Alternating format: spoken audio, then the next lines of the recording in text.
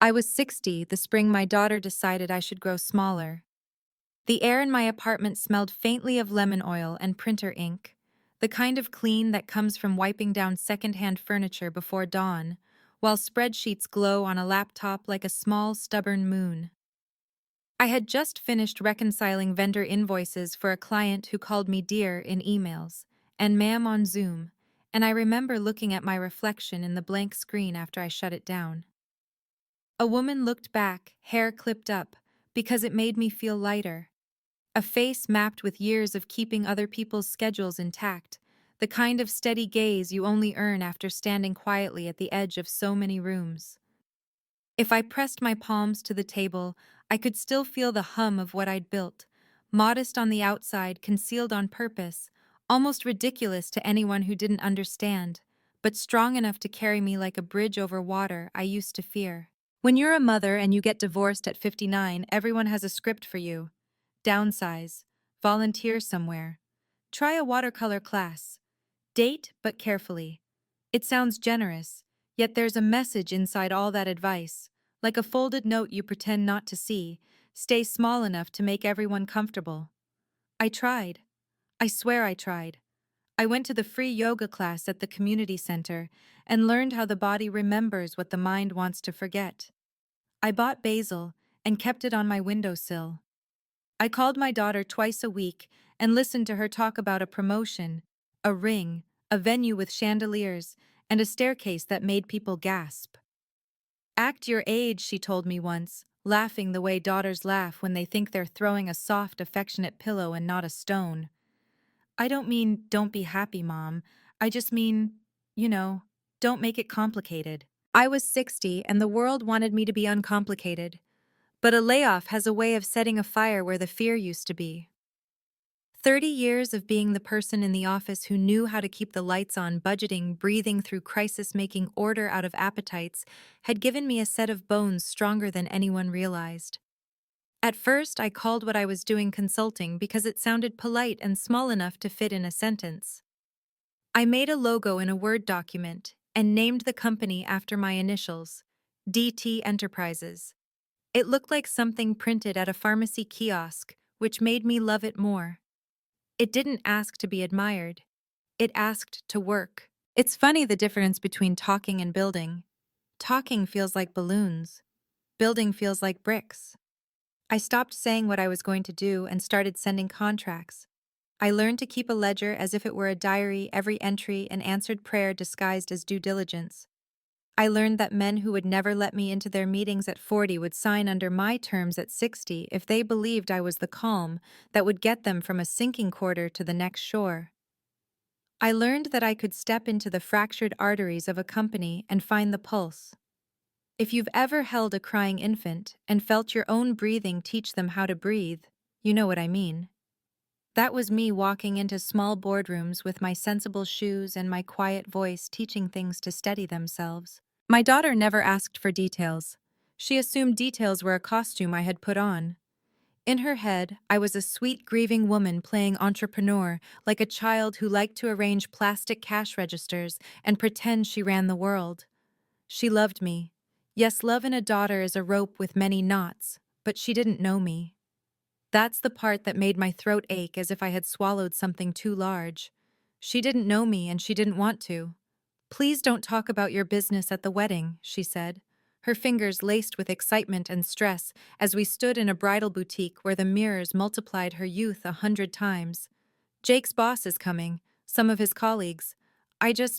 Can we not make it weird? I nodded because mothers nod even when their teeth are clenched. Of course, I said.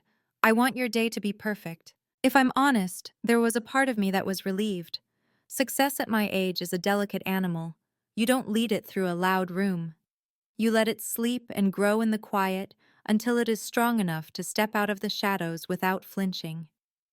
I knew how people looked at older women who didn't politely retire into grandmotherhood or Sunday brunch. If I kept my life modest on the outside old Honda small apartment, the same coat I wore for 3 winters, nobody asked me to explain what I was doing behind the frosted glass of my laptop. That invisibility felt like armor until it felt like erasure. I paid invoices for florists and linen rentals from accounts my daughter assumed were my divorce leftovers. I told her truthfully that I could cover half the venue fee, that I wanted to. I scribbled for joy in the memo line when I sent the transfer, then stared at those words for a long time afterward, trying to remember the last time I had given without preparing to be punished for it. If generational love is a quilt mine, had patches worn thin by duty, by the way I trained myself to say, I'm fine at the exact volume that makes other people accept it. She sent me a text of the chandelier she had chosen the crystals, like slow motion rain. And I texted back a heart, because I had learned that emojis are the quickest language for gratitude in families that don't want to slow down long enough to speak. The afternoon I met Jake's parents for the first time, his mother wore a necklace that kept catching on her sweater, and his father asked me if I had thought about teaching a little class at the community college. People love learning from experienced women, he said, meaning old. It's fulfilling and low pressure. I poured iced tea for all of us and counted 6 different ways of changing the subject without sounding defensive. Jake was kind in that eager, distracted way men are when their minds live in spreadsheets and their bodies live in gyms. He dropped a term from his industry and explained it to me slowly, and I let him grateful for the privacy of my own restraint. There are rooms you can only stay in by being underestimated. I took a sip of tea and said something bland enough to pass. At night, I would close my eyes and see the reception hall before it existed. I could smell the wax on the dance floor, could hear the polite cascade of laughter that happens when a microphone finds its way into hands that love speaking more than listening. I imagined the speeches like you imagine a storm you see forming miles away over water. I practiced smiling in the mirror so the expression would feel comfortable, even if the words landed like hail. Act your age, the culture whispers to women beside a cake we baked ourselves and then weren't allowed to slice. Act your age as if age were a narrow hallway and not an entire country we are still mapping. 2 years is a long time when you're rebuilding a life with no witness. 2 years is a heartbeat when you are giddy with purpose. I learned how to sign my name and make ink feel like inevitability. I learned that the hush after a negotiation closes is a glory only the person who negotiated knows. I learned there is nothing more intoxicating than being underestimated in the morning and over-delivering by sundown. I learned that I could walk into a warehouse where product had stopped moving and find the human story inside the numbers, then fix both. I learned that sometimes ownership looks like a woman carrying a bag that isn't expensive but holds everything, including the courage it takes to say no to a deal that would make other people clap for the wrong reasons. When Rachel called to say they had found a venue and could I come see it, I was at my desk reworking a COO's org chart with the sharpened tenderness of someone untangling a necklace her mother left her. Of course, I said, and I meant it. I drove across town in my old car and parked far enough away that I could watch the building come into view as if it were arriving to meet me. It was beautiful. Walls of glass. A garden that looked like a secret had decided to bloom. Inside, the chandeliers were exactly as she'd described, grand enough to forgive their own extravagance. "We'll put table 6 here," she said, pointing to a spot near the dance floor. "That's where Jake's boss will sit. Important people." I nodded. Important people, I repeated like a prayer or a dare. On the morning of the wedding, I woke before the sun and made coffee strong enough to quiet my doubts. I pressed my palms to my countertop and told the woman in the kitchen to be gentle with herself today. Not to correct, not to prove, not to pull back the curtain. To love her daughter more than she loves the feeling of being right. I pulled the dress from its garment bag and smoothed it over my bedspread, a soft pewter color that didn't demand anything from the eye. In the mirror, I looked like the older version of the woman who used to pack lunches and sign permission slips, a continuity that sometimes felt like an insult until I recognized it for what it truly was, devotion with a long memory. The venue was as perfect as money, and planning could make it. The staff moved with rehearsed grace the way flight attendants do when turbulence makes passengers fall quiet. Guests arrived in their best selves. Compliments floated past me like petals. I took my place at a table assigned to me with polite efficiency and smiled at strangers who might never know how much of the room they were standing in I had financed line by line without asking for credit. The ceremony felt like sunlight turning pages vows, a kiss applause that tied a bow around the afternoon, and then we were in the soft chaos of cocktail hour, where laughter and nerves and champagne share a bloodstream. If you have ever been the mother of the bride, you know your body becomes a place of storage, safety pins, tissues, mints, things no one thinks to bring until they need them. I kept my body open like a pocket for everyone else. I avoided the table where important people were laughing that careful laugh executives carry like an accessory. I practiced being a pleasant outline. When the MC finally ushered us into the reception hall, I breathed and sat and prayed for speeches that remembered grace. The chandeliers drew light down into the bones of the room, and the forks and crystal made their small, happy noises, and a woman I didn't know squeezed my shoulder in the universal language of women telling each other, "Your daughter is beautiful." Then the maid of honor stood. You can tell when a speech is about to turn. It's in the angle of the smile, and the way the eyes seek the room like a hunter seeking a clearing. She started sweet, and I let my chest unclench. She kept going, and I felt the weather shift. "Diana's late life crisis," she said almost gently, like someone offering a treat to a dog, and then yanking it away. Laughter bubbled. It was delicate laughter at first, the sugar kind, then thicker. "Empire," she added, and I saw her fingers make quotation marks in the air, as if reaching up to hang my audacity on invisible hooks. The room laughed again louder, and the sound felt like some strange creature had found its way onto my skin and was trying to burrow. Humiliation doesn't arrive with a siren. It shows up wearing heels that don't make a sound on marble, glides to your chair, and sits on your lap. I smiled because my face knows how to smile even when the rest of me is running for the door. My heart walked to the edge of a cliff and stood there, not trembling, just listening for what the wind would say. I looked at my daughter. "This is the part I will remember when I am very old," she was laughing. Not out of cruelty, she has always preferred her cruelty gentle, plausible, but because the room had told her it was safe to laugh. The laugh of someone who has never worried about what it costs another person to stay. The maid of honor raised her glass. The room glimmered. I could feel eyes on me the way you feel heat when you open an oven door. That was when I learned that a woman can be both a wall and a window at once, strong enough to hold, clear enough for light to pass through. "Smile," I told myself. "Be gracious."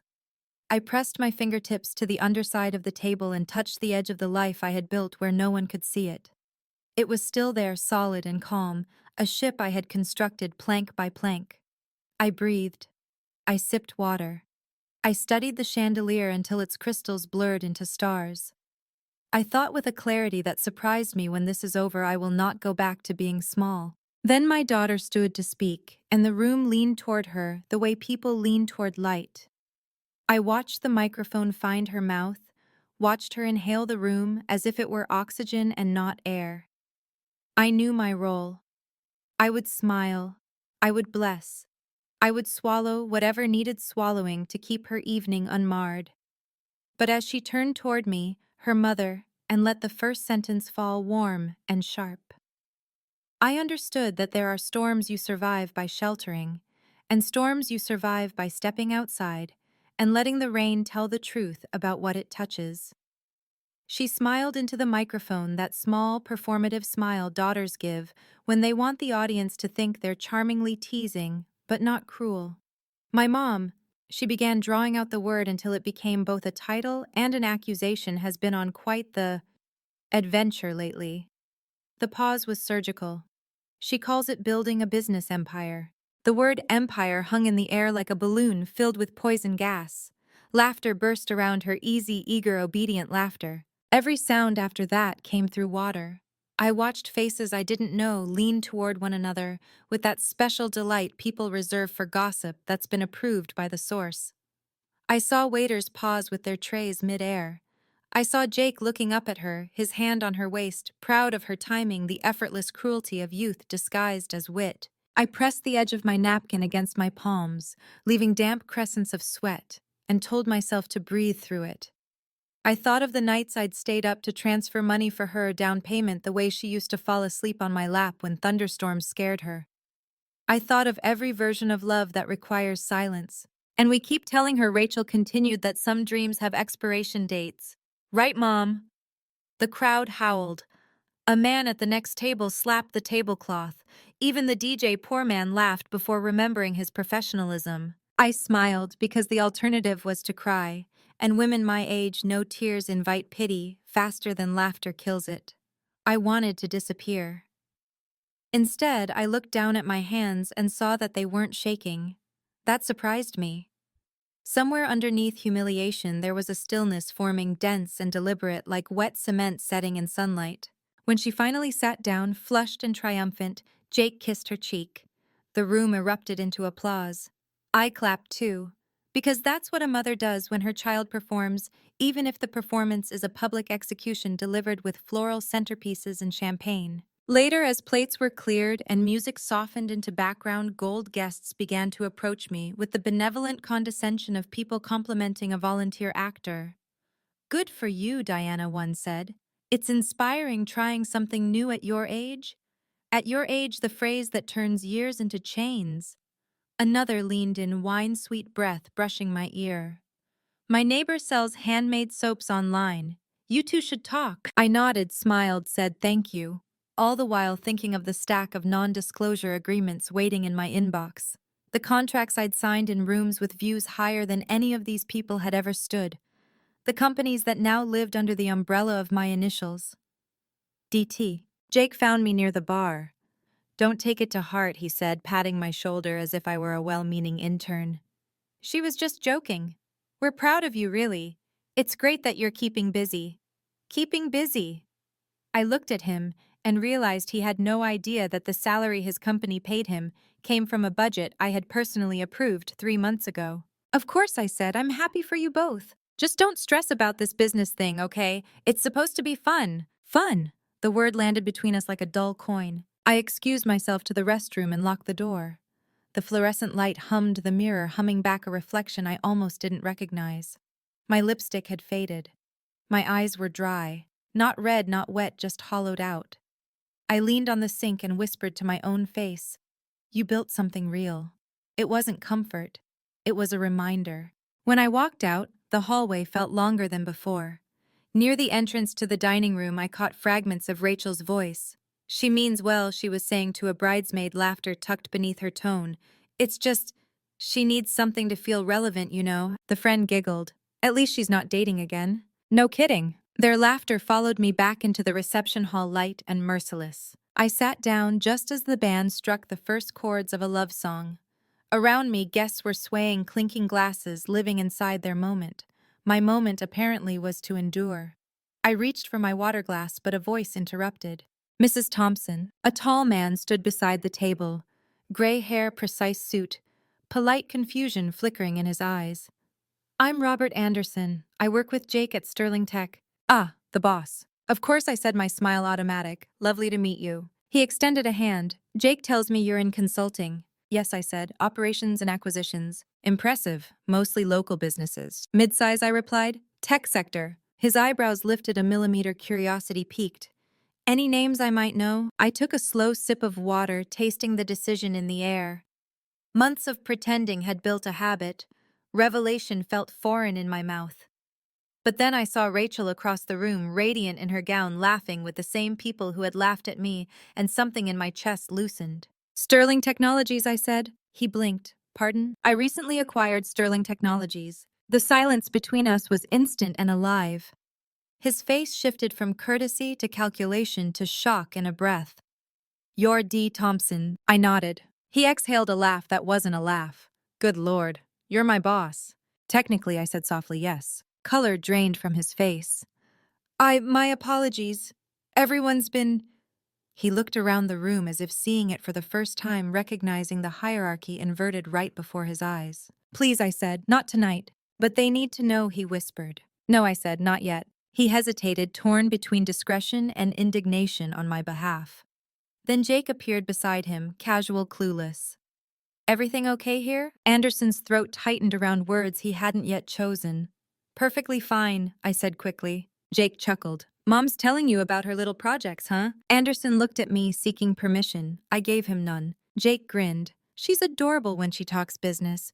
We just let her play CEO for fun. The air left the space like a wave receding before a storm. Anderson's expression hardened with disbelief. Jake, he said, voice low but edged with something metallic. Do you have any idea who you're talking about? Jake frowned. My mother-in-law. Anderson turned toward me, then back to him. Your mother-in-law, he said carefully, owns Sterling Technologies. And 5 other companies besides. Jake blinked. What? She's your boss's boss's boss. The words hung there strange and impossible. Jake's smile froze, the kind of expression people wear when the world suddenly changes gravity. That's not possible. Anderson didn't bother replying. He walked straight to the stage. I felt panic rise like a siren. Don't I whispered? But he was already taking the microphone from the MC. Excuse me, he said, his voice carrying over the music. I apologize for the interruption, but there's something that needs to be acknowledged. The band quieted. Conversations stuttered into silence. 200 faces turned toward him, then toward me. I believe many of us owe an apology to the mother of the bride, Anderson continued. Tonight we've treated her with less respect than she deserves under a misunderstanding of who she is. He paused, scanning the crowd. This woman is not dabbling in business. She is D. Thompson, founder and CEO of DT Enterprises, one of the most successful entrepreneurs in our industry. The sound that followed was not sound at all. It was the collective inhalation of disbelief. Forks clattered. Someone gasped. Somewhere a glass shattered. I sat motionless, heartbeat loud enough to fill my ears. Rachel's mouth fell open. Mom, she whispered. But the microphone picked it up, carrying her voice through the hall like a child calling across a canyon. I stood. My legs felt steady, my voice foreign and clean when I took the mic from Anderson. Yes, I said. It's true. For a heartbeat, the silence held. Then came the murmurs, soft, disbelieving, rippling through the chandeliers like wind through glass. 200 guests shifting in their chairs, searching each other's faces for confirmation that what they'd just heard was real. I could feel their eyes on me, tracing the lines of a woman they thought they knew, the sweet, harmless mother of the bride politely past her prime. But now they were looking at me differently, as if the air itself had changed temperature. I took a slow breath and lifted my chin. Yes, I repeated, my voice calm and level. It's true. I am D. Thompson of DT Enterprises. I gave a small smile, the kind that comes when a secret finally exhales after holding its breath too long. I didn't plan to say anything tonight, but it seems my silence has caused confusion. Rachel was frozen near the head table, her hands gripping her bouquet so tightly that the petals were bruising. Her lips parted, but no sound came. The same daughter who once stood on my shoulders to see fireworks was now looking at me as though I were one of them, dazzling, dangerous, and completely unfamiliar. I started my company 2 years ago. I continued steady as the tide. Since then, I've acquired 6 firms across the tech sector, Sterling Technologies among them. The reaction was instant. A dozen heads whipped toward Jake, who stood beside her, pale and blinking, as if someone had yanked the floor out from under him. His boss's boss's boss was standing at the microphone, calling his mother-in-law the owner of the empire he worked for. It wasn't something I broadcast, I said. Not because I was ashamed, but because I wanted my work to speak before I did. Tonight, I kept my promise to my daughter. She asked me not to talk about my business, and I respected that. I never expected my silence to be mistaken for emptiness. A murmur rolled through the room. The same mouths that had laughed an hour earlier were now caught between apology and awe. Someone dropped a napkin. The tiny sound cracked like a spark in the hush. Rachel's voice trembled across the space. Mom, why didn't you tell me? I turned toward her, and for the first time all night, I didn't hide my exhaustion. Because every time I tried, you laughed. You told me I was too old to dream big. You said some dreams have expiration dates. I took a step closer to her, the microphone lowering slightly so my next words came softer, almost intimate. You made me believe you'd rather have a mother who was quiet and unremarkable than one who refused to fade. Her eyes filled wide and wet. I felt the audience recede, the chandeliers, the tables, even the music, All of it dimmed until it was only the two of us suspended in a single moment. Jake cleared his throat, voice thin. Diana, I had no idea. I feel like such an idiot. I turned to him, still calm. You aren't an idiot, Jake. You simply believe the story everyone tells about women like me, that ambition expires with youth, that confidence belongs only to men in tailored suits. You saw my age as a boundary. I saw it as a foundation. There was a collective intake of breath. Even Anderson looked moved, his hands clasped like a man witnessing something sacred. I didn't want this revelation tonight, I said, my voice carrying again. This was supposed to be about love, but perhaps it still is love and the cost of misunderstanding it. I stayed silent out of love for my daughter. I let her think small of me so her wedding could shine unshadowed by comparison. I believed that was what mothers were meant to do. But love built on blindness, I looked at Rachel again, cannot last. For a second I thought I saw her crumble. Her shoulders sagged, her mouth trembled into something that might have been regret. Anderson took back the microphone, clearing his throat. If I may, he said, voice thick with awe. I'd like to apologize to you publicly, Miss Thompson, and to note for the record that nearly half of the companies represented in this room are under the DT Enterprises portfolio. Many of us owe our paychecks to the woman we've just spent the evening patronizing. A stunned laugh escaped someone near the back, nervous and sharp. It spread unevenly, then died just as quickly. The weight of realization pressed on everyone. The man who had compared me to his craft-selling aunt stared at his plate. The maid of honor looked like she wanted to vanish beneath the tablecloth. Rachel was shaking her head. I didn't mean, Mom. I swear I didn't mean. I stepped forward again, gently taking the microphone from Anderson. I know, sweetheart, I said softly. You didn't mean harm, but harm doesn't need intent to bloom. It only needs laughter loud enough to drown out dignity. The words hung there for a moment, shimmering between forgiveness and finality. I handed the microphone back and walked away from the stage. Every pair of eyes followed me. The band began to play again, hesitant, like someone testing a broken instrument. Conversations started in whispers, then rose like tentative waves. The night tried to resume itself, but the texture had changed. When people approached my table now, their smiles were cautious, deferential. Compliments replaced condescension. We had no idea. You're incredible. What a story. I smiled at them, but inside I felt hollow. Vindication is a strange feast. It fills the room, but not the stomach. Later, as the crowd thinned and the chandeliers dimmed, Rachel came to me. Her mascara had smudged her voice small. Mom, I ruined everything. I looked at her for a long time. The girl who used to braid my hair when she was 5, sitting cross-legged behind me humming nursery songs, now looked like a stranger wearing a familiar face. You didn't ruin everything, I said. You revealed something that was already broken. She nodded slowly, tears sliding without resistance. I thought I was protecting you from disappointment, from being laughed at. Then why laugh with them? I asked quietly. Her sob caught in her throat. I don't know. Maybe. I didn't think you'd hear it the way I meant it. I heard it exactly the way you said it. We stood in silence. Around us, the staff began clearing tables, their movements the gentle punctuation of endings. I wanted to hug her, but there was a wall of fresh truth between us, and neither of us yet knew how to climb it. When she finally whispered, I'm sorry, I only nodded. Because forgiveness isn't a switch, it's a slow thaw. The next morning, my phone buzzed, non-stop articles. LinkedIn mentions, congratulatory emails from associates who'd attended the wedding. Anderson had spoken to the press, nothing sensational, just a brief statement confirming the extraordinary accomplishments of entrepreneur D. Thompson. Overnight, my anonymity was gone. Rachel and Jake were already on their honeymoon, unreachable, but I knew the story would reach them long before I did. Weeks later, when they returned, Rachel showed up at my door, pale and hesitant. She held a small box, a framed photo of us from years ago, the two of us laughing in my old kitchen flower on our hands. Can we start again? She asked. I invited her in. We sat on the couch, the silence softer this time. You know, she said, Jake keeps calling you Miss Thompson at dinner. It's driving me crazy. I smiled faintly.